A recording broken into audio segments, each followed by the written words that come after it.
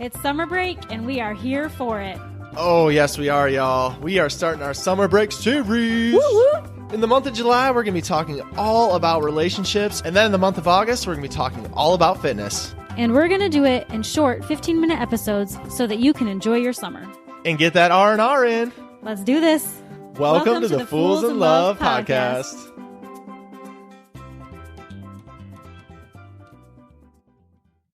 Welcome back to Fitness Month. Today's topic is fitness mindset. We're so excited to just dive in with you guys and figure out what it really means to have a mindset that is focused not only on fitness, but just life in general and get you looking and feeling your very best. Yeah, I love this too because it's not only the fitness mindset, it's like how much just being active will change everything about you. Like it changed everything for us. So I'm really excited to get into this. Yeah, let's take it back a minute. So I want to know, can we talk about just real quick? I know some people have heard it, but probably some people haven't. Can we talk real quick about how you started your fitness journey? Yeah, definitely. I mean, we've definitely talked about it in past episodes, but I think it's important for what we're talking about now. So for me, I literally had sat on the couch for 9 years. And when I say 9 years, I'm not like exaggerating 9 years. I mean, like I was legit sitting there for 9 years doing hardly anything. And during that time, I was feeling really bad about myself. I was feeling really bad about life. And I really lacked a lot of motivation to do anything differently. And what really that stemmed from is I had knee surgery like a long time ago. And right around that time, I just thought I couldn't do it. I convinced myself in my head that I couldn't do it. When I did try, I was sore. It sucked, to be honest. And so I didn't even try to do anything about it. Then fast forward to a little over 2 years ago, where Megan had started running and she was preparing for a race, and I watched her running every day and I saw her commitment. And around that time, I was really struggling with a lot of big life questions like purpose of life, meaning of life, why am I here? Big, heavy stuff. And I had basically overturned a lot of stones in my life trying to figure out the answers to that. And at that same time, Megan was focusing on her fitness journey, and I was like, well, I've tried everything else. I think I should probably give this a try. And it literally opened Pandora's box for my life and my personal growth journey, and that's really where it all began. Okay, so you got off the couch then, and all of a sudden life was just better, or what helped you kind of get over? I want to know, because then we're going to get into the meat of this, but just explain that part of it. So you started running and immediately everything was great, or what happened? No, so I made the decision that I would give it a try, because to me, I've learned that clarity really comes with action. So by sitting on the couch day after day, I was getting nowhere. I was miserable, I was unhappy, and things were just good. But I think that's a challenge too, to say things are good. Like, yeah, they're fine. That's a very dangerous statement to make, because things being fine doesn't really mean anything. So for me, I was sitting there and it wasn't doing anything. So I was like, well, at least I should try something. But when I first got out there, it wasn't very fun. I mean, certainly like I didn't really feel like I could do it still. There was a lot of hurdles that I had to jump over to get to the place where I felt like I could do it. And to be honest, when I first started out, I remember a conversation we had actually where I was like, do you think I can ever, literally, I was like, do you think I can ever get up to running a 5K? Or do you think that's just impossible? Like that's where my mindset was at the time. Love it. Okay. So that is the perfect segue, because I want to say that for me, and it sounds like for you, that the number one fitness mindset thing that happened to me is that I started believing not only could I be a runner as I began to run, but also I began to realize that as I tackled hard things in running, I could also then channel that energy, those vibes, if you will, into the rest of my life. Oh yeah, like I love that example, because I always think about it as like a backpack, and so you're like filling it up. So like with all of these experiences in life, and we all go through a lot of different things, you're actually like filling up your backpack with things, and tools that you can use for the future. And you can pull from that thing all day long. And so throughout all of my running journey, all these different things, like getting to that point where I did run the 5K, getting to the point where me and you went and ran a half marathon together. And I did that in 8 weeks? Like that kind of craziness, like I can pull from that all day long, and I do. It's like my little mini arsenal that I have. So if I get to something at work that's tough and I'm like, man, I don't want to do that. I don't want to really have to make this phone call. I don't want to really have to have this tough meeting. It's like, dude, you ran a half marathon, bro. Like, what are you talking about? Of course you can do that. And it gives you such power.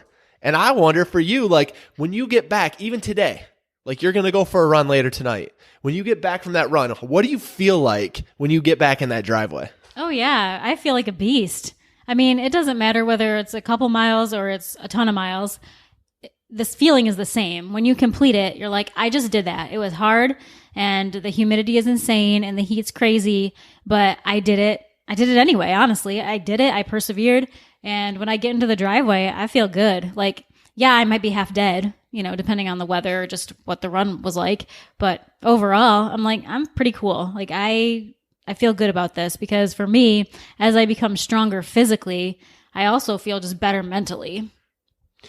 Yeah. And so I wonder for you, I mean, you didn't have like that struggle of like having the knee surgery or having some mental block for where you needed to go. So like, how was it for you when you started out, and like how quickly did you realize, man, this could be something that like I really grab onto? Well, I mean, as you know, it's not that I had never run before. I've gone through stints of running, I'll say. I ran in a neighborhood running club when I was a young girl. A young lass. A young lass. And then kind of fell away from it. And then, over the years, I would just get back into it. And then all of a sudden I would, join a gym and get really into group fitness. And then we left Texas and I kind of got out of it and then I got back in it. So I've always just dabbled in all these different things. But the most recent time and the time that actually stuck for me was, as you know, when my mom invited me to run the Crim, which is a race in Michigan. This was when she was still living there. And I was like, Mom, that sounds awesome, except I'm not a runner. I don't run 10 miles. That was a couple of years ago now. But the thing was, once I started planning it, once I started actually getting out there, lacing up my sneakers and going for those runs, I realized very quickly, that not only was it good for my body and getting off up the couch finally, instead of just, I don't know if there was Netflix then. It was only 2 years ago. I don't know if it was just getting off the couch and getting away from the TV, or if there was just also this big power of like my mental stability seemed to improve. At that point, I was stressed out with kids and I needed a way to get out of the house that didn't feel so crazy, like leaving the house for an hour and a half on a weeknight when kids needed baths. And running is a great way for me to do that, where I still get time for me. I still get that time to process my anxiety and my stress of the day, take a minute for me, and also, not be gone the whole night, which is what, for me at least, going to a gym had become. Hey guys, we have exciting news to share. We're launching a Couch to 5K online running course. Yes, we are, and it's coming September 8th.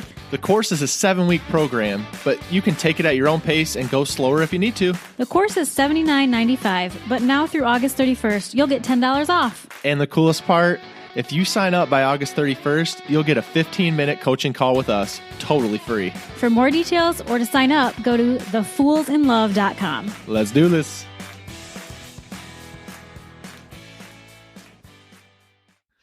Right, and I know for you too, like that was important because one of the biggest stigmas or excuses or reasons that you couldn't continue to go to the gym, at least in your mind that you built up that you couldn't, was that mommy guilt. Like you felt like you couldn't get out and do it. So then you had to find something where you could grab onto that time, but not feel like you were gone too long.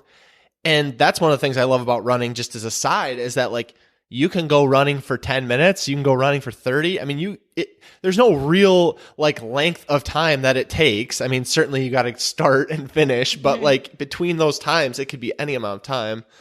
But I love that you said that about getting away from the craziness, because I honestly believe, and I know for my life, that fitness and getting my body right, like it's my therapy. It's my Yeah. therapy. Like I I feel like not only that I feel like I can conquer anything, but I get reminded by you on a daily, if not weekly basis, that it's good for my mental health too.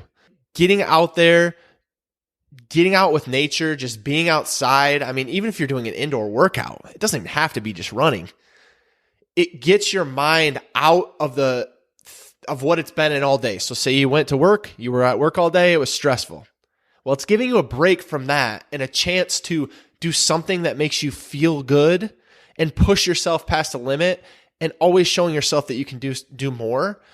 And to me, like I call it my 30-minute therapy session. Like I'm going to get my therapy session or longer than that, depending on how rough of a day it's been or how long of run I'm going on.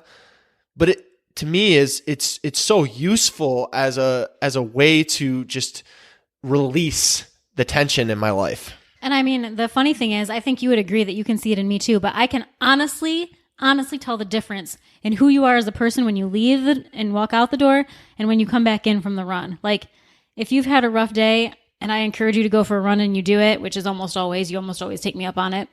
But I mean, you come back and you're ready to be the man and the dad and the husband that you should be. Whereas before, you might not have been quite that ready. You might have had a little bit too much on your plate, a little bit too much on your mind to really show up in the way that you know that you wanted to. And I'm sure the same is exactly true for me. Yeah, and can I ask, because we kind of touched on it for a minute, but how has fitness changed the way you kind of think about taking that time for yourself? Like, how has it changed the way that you grab onto it? Because I know before it was like a mommy guilt thing, but now I think, and I don't want to answer it for you, but I feel like you'd say you just show up better all around, like you were just mentioning for me, because you have that. So did fitness like change the way you thought about all of that? Absolutely, because as you're saying that, I'm thinking, well, like I still struggle with like wanting to go get my hair done because I'm like, oh, I don't want to leave you for 2 hours with these crazy hooligans, even though clearly you're super capable. But for running, it doesn't affect me in that way. I'm not like, oh, geez, I shouldn't leave Brandon with the kids because he'll have to start preparing dinner on his own. Like I don't think that way anymore. And again, not that you were never capable of it. It's just that that's how my brain worked. So now I've almost like flipped the switch or jumped over this hill that I had and realized, yeah, I mean, I can stay. I could stay. I could help with the dinner on the nights that are my nights to run. But if I do that, I'm not going to be mentally where I should be for you guys. So I think it is definitely a mind shift there. I think you do have to come to a place where you can accept that you might be better off leaving your kids alone for a little bit and going to do what you need to do than you are just staying put.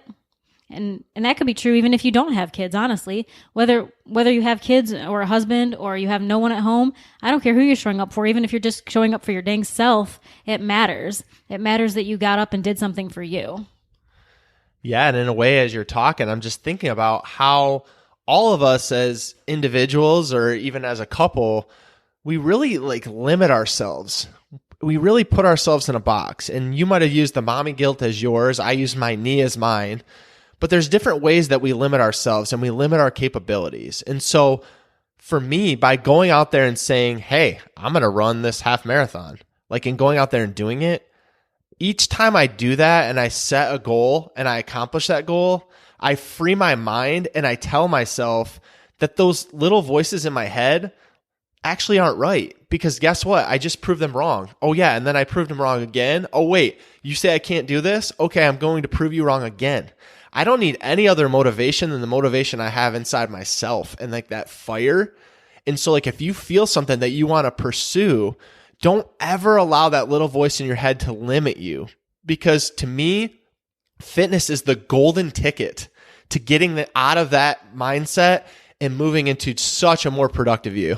Yeah, and speaking of mindset, I mean, for me at least, I have really discovered that happiness is tied to fitness.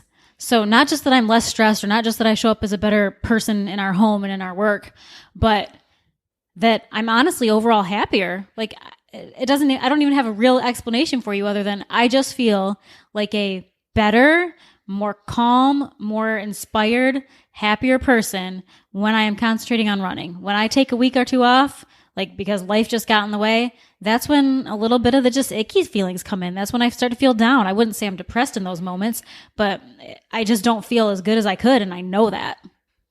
Yeah. And I would say, honestly, I do get depressed in those moments. Like if I'm not doing it, if I'm not like getting out there, I feel, like you said, you can see it in me. I can feel it in myself.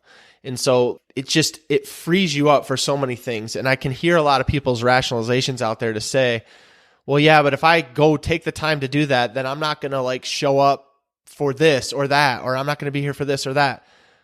But if you stick with one thing, if you hear one thing in this episode, it's that you can show up so much better in all the other aspects of your life if you just give yourself the chance to free yourself up, to have the time to get that fitness in and change that mindset. Well, guys, that's it for today. But if you liked this podcast, please leave us a review on Apple Podcasts so we can share our message with more people. We'd love to connect with y'all, so be sure to shoot us a DM over on Instagram. We're at Fools in Love Podcast. Talk soon.